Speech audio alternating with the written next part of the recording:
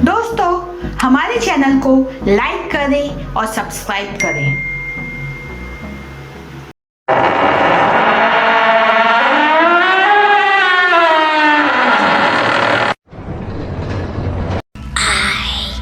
love you, mamma.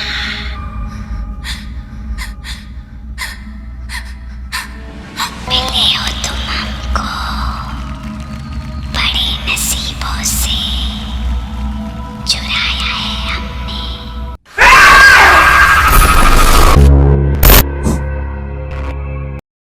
Hello दोस्तों, welcome to our YouTube channel Hindi horror diary. दोस्तों, आप सभी को नरक चतुर्दशी या काली चौदस की बहुत बहुत शुभकामनाएं। दोस्तों, आज की ही तिथि से जुड़े एक रोमांचक किस्से की कहानी हम आपके लिए लाए हैं। ये कहानी सुन के अगर आपको अच्छी लगे तो लाइक करें और अपने व्यू कमेंट सेक्शन में जाकर शेयर करें। मेरा नाम मोहित है। ये कहानी मेरे मामा ने मुझे बताई थी और मैंने खुद भी एक्सपीरियंस की थी। दिवाली की वैकेशन थी और मैं मेरे मामा के घर गया था। एक दिन मेरे मामा का बेटा और आसपास के कुछ लड़के वहाँ क्रिकेट खेल रहे थे। इतने में मैंने एक तेज शॉट मारा और बॉल मामा के घर से लगभग 4-5 घर आगे एक खाली घर के पास गई। दोस्तों ने गुस्सा किया और मुझे बॉल लाने को कहा। मैं बॉल लेने गया तो वहाँ मुझे किसी लड़की की आवाज़ आई। अंदर आओ, क्या तुम मेरे साथ खेलोगे? मैंने आसपास देखा तो कोई नहीं दिखाई दिया। मैंने बॉल तो उठा ली पर उस आवाज़ को इग्नोर नहीं कर पाया और उस घर के अंदर झांकने लगा। इतने में मेरे मामा के बेटे ने मुझे देखा और वो वहाँ आया और मुझे खींच के ले गया। उसने मुझे बताया कि इस घर में भूत रहता है। मैं हंसने लगा और उसकी बात को नहीं माना।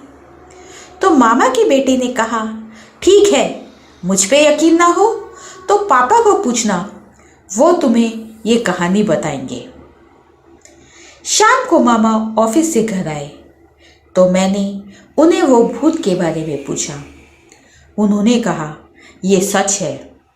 तब मैंने उन्हें पूरी कहानी सुनाने के लिए बोला। मामा ने बताया ये कहानी 15 साल पुरानी है। वो घर मेरे दोस्त सुमित का है। उसका कोई बच्चा नहीं था। शादी के कितने साल बाद भी जब उनके बच्चा नहीं हुआ तो उन्होंने तमाम डॉक्टर से लेकर भूत भुआ सबको दिखाया पर कोई फ़ायदा नहीं हुआ। इस वजह से वो लोग काफ़ी उदास रहते थे। दिवाली का टाइम था। हमारी मंडली गांव में इस दौरान मंदिर में भजन करने जाती थी। काली चौदस की रात को भजन खत्म हुए तो सुमित और उसकी पत्नी मंडली के साथ न आकर थोड़ा पहले घर के लिए निकल पड़े। रास्ते में उन्हें किसी छोटे बच्चे के रोने की आवाज़ सुनाई दी। पहले तो वो रात में बच्चे की आवाज़ सुन के चौंक गए। आसपास कोई दिख भी नहीं रहा था तो वो आवाज़ के पीछे गए। कुछ दूरी पर एक पेड़ के पास 3-4 महीने की छोटी बच्ची पड़ी थी। उसे देखते ही सुमित की पत्नी ने उसे उठाया और गले लगा लिया। वो बच्ची को देख के उस बच्चे का मुंह आया और उसने बोला, भगवान ने हमारी सुनी और हमें ये बच्चा दिया। पर सुमित गुस्सा हुआ और बोला, नहीं, हमें पता नहीं ये बच्चा किसका है। हमें पुलिस में बताना पड़ेगा। इस बच्चे के माँ बाप उसे ढूंढ रहे होंगे। पर उसकी पत्नी बोली, इतनी रात को कहाँ पुलिस के पास जाओगे? मैं कहती हूँ चलो इसे घर ले चलते हैं। इसके घर वालों को इतनी चिंता होती तो यूँ सुनसान में बच्ची को छोड़ के ना जाते। रात का समय था। सुमित ने उसे घर ले जाने के लिए तैयार हो गया। जैसे ही सुबह हुई, सुमित को पता चला कि उसकी 15,000 की लॉटरी लगी है। उसे लगा कि यह बच्ची उसके लिए लक्की है और लक्ष्मी के रूप में आई है।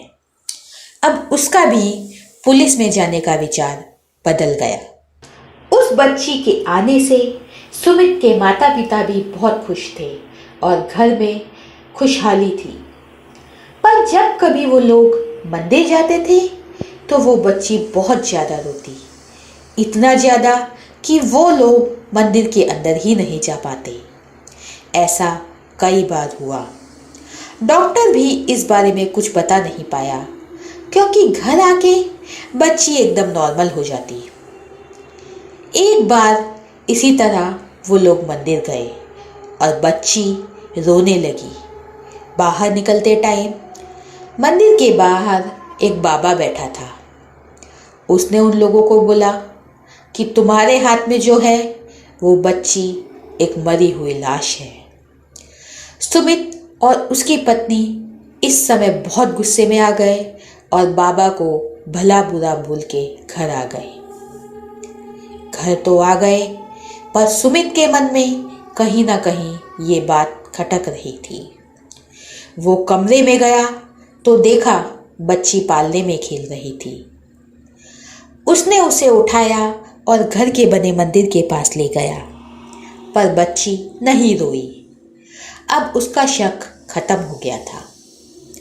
रात को जब सुमित सोया हुआ था तो उसे लगा जैसे कोई कमरे में चल रहा हो। उसकी आंख खुली तो पालने में देखा बच्ची वहां नहीं थी। इतने में सुमित की निगाह ऊपर गई तो उसने देखा एक 3-4 साल की लड़की छत पे से नीचे दरवाजे की तरफ उतर रही थी। वो देख के दंग रह गया और वो जोर से चिल्लाया। इतने में सभी जाग गए और उसने सबको ये बात बताई, पर किसी ने उस पे यकीन नहीं किया, क्योंकि बच्ची पालने में आराम से सोई हुई थी। सुमित को 5-6 दिन तक ऐसे आभास होता रहा और घर वाले उसकी बात मानने को तैयार नहीं। सुमित ने अपने दोस्त यानी मोहित के मामा को ये सब बताया तो मामा ने बोला कि ऐसा करो, तुम कुछ दिन मेरे घर सोने आ जाओ। जब तुम्हारे मन का वहम दूर हो तो चले जाना। सुमित तैयार हो गया। वो मामा के घर बिना किसी आभास के सोने लगा। तीसरे दिन रात में सुमित के घर से किसी के जोर से चिल्लाने की आवाज आई। तकरीबन रात के 1 बजे का टाइम था। हम घर की ओर दौड़े तो देखा सुमित के पिताजी जोर जोर से अंतिम सांस ले रहे थे। सुमित को देख के उन्होंने छत की तरफ इशारा किया। वो कुछ और बोल पाते इससे पहले उन्होंने दम तोड़ दिया, पर सुमित समझ गया कि हो ना हो पिताजी ने भी बच्ची को छत पे चलते देखा है और शौक से उन्हें हार्ट अटैक आ गया। सुमित अपनी माँ और पत्नी दोनों को समझाते हुए थक गया, पर कोई उसकी बात नहीं माना कि 4-5 महीने की बच्ची किसी को कैसे मार सकती है। पर सुमित की माँ को कहीं ना कहीं मन में थोड़ा शक होने लगा था, तो उसने कहा कि ऐसा करो, बच्ची को कुछ दिन अपने मामा के घर भेज दो। मायके जाके बहू का मन भी बदल जाएगा। पास ही के गांव में सुमित का ससुराल था। वो अपनी पत्नी को वहां कुछ दिन छोड़ आया। 4-5 दिन बाद सुमित का साला अकेले उसके घर आया और बोला, जीजा जी, जब से दीदी आई है मुझे घर में कोई बच्ची छत पे चलती दिखाई देती है और अजीब अजीब आभास होता है, पर दीदी को तो मुझ पे विश्वास ही नहीं होता। वो बच्ची के मुंह में इतना फंस गई है कि कुछ सुनने को तैयार नहीं। मुझे समझ नहीं आ रहा किससे कहूँ और क्या करूँ। मैंने उसे बोला, कोई नहीं, मैं कुछ करता हूँ, तुम अपनी दीदी को यहाँ वापस छोड़ जाओ और उसे इस बारे में कुछ नहीं कहना कि तुम मुझसे मिलने आए थे। सुमित की पत्नी और बच्ची घर आ गए। रात हुई, बच्ची सो रही थी, तो सुमित ने अपनी पत्नी को विश्वास दिलाने के लिए चुपके से बच्ची के पैर में सिंदूर लगा दिया और सोने की एक्टिंग करने लगा।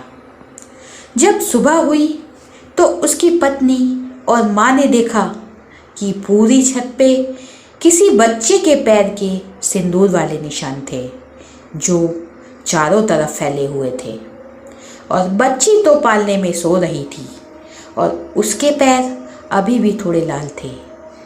तब सुमित ने अपनी पत्नी को कहा, मंदिर के सामने बाबा ने सच कहा था, ये कोई बच्ची नहीं, एक बुरी शक्ति है जिसने तुम्हें वश में कर लिया। तब माँ बोली, हाँ, मैं भी इसके मुंह में पड़कर मंदिर में दिया और पूजा पाठ करना भूल बैठी। तब सुमित बोला, इसलिए जब मैं इसे अपने मंदिर के पास ले गया था तो ये रोई नहीं। सुमित गांव वालों की मदद से एक तांत्रिक को घर लेके आया। तांत्रिक ने जैसे ही बच्ची के पास जाकर कुछ मंत्र फूका, वो बच्ची अपने असली भूत के रूप में आकर गायब हो गई। तब तांत्रिक ने बताया कि भले ये अभी गायब हो गई, पर इस घर में इसका वास हो गया है और वो इतनी आसानी से नहीं निकल सकती। तब तांत्रिक ने पूछा कि तुम्हें ये बच्ची कब मिली थी? तब उन्होंने बताया कि काली चौदस के दिन हमें एक पेड़ के पास ये बच्ची मिली थी। तब तांत्रिक ने बोला कि काली चौदस की आत्मा बहुत शक्तिशाली होती है, क्योंकि ये दिन काली विद्या करने वालों का खास दिन होता है और उस दिन कुछ लोग नर बलि भी चढ़ाते हैं। इसलिए ये आत्मा बहुत क्रोधित होती है और बलि लेकर ही शांत होती है। आमतौर पर ये जिस परिवार में जाती है उन सदस्यों को मारकर ही शांत होती है। हो सके तो ये घर छोड़ के तुम कहीं और चले जाओ। उसके बाद सुमित और उसकी फैमिली ने उस घर को छोड़ दिया और शहर चले गए। आज के टाइम भी ये घर है और थोड़ा खंडहर जैसा हो गया है, पर आज भी कभी कभी उसमें से किसी बच्चे की रोने की या बोलने की आवाज़ आती है। पर गांव वाले लोग ये किस्से के बारे में जानते हैं तो उसके आसपास नहीं जाते। तो दोस्तों, आपको ये कहानी कैसी लगी? अगर आपको ये कहानी अच्छी लगे तो लाइक करें, कमेंट करें, हमारे चैनल को सब्सक्राइब करें और दोस्तों के साथ शेयर करें। और हाँ, अपने एक्सपीरियंस, अपनी कहानी हमें hindihorrordiary@gmail.com पर मेल कीजिए। मैं अब आपसे इजाज़त लेती हूँ। अगले हफ्ते फिर हाजिर होंगी एक नई कहानी के साथ।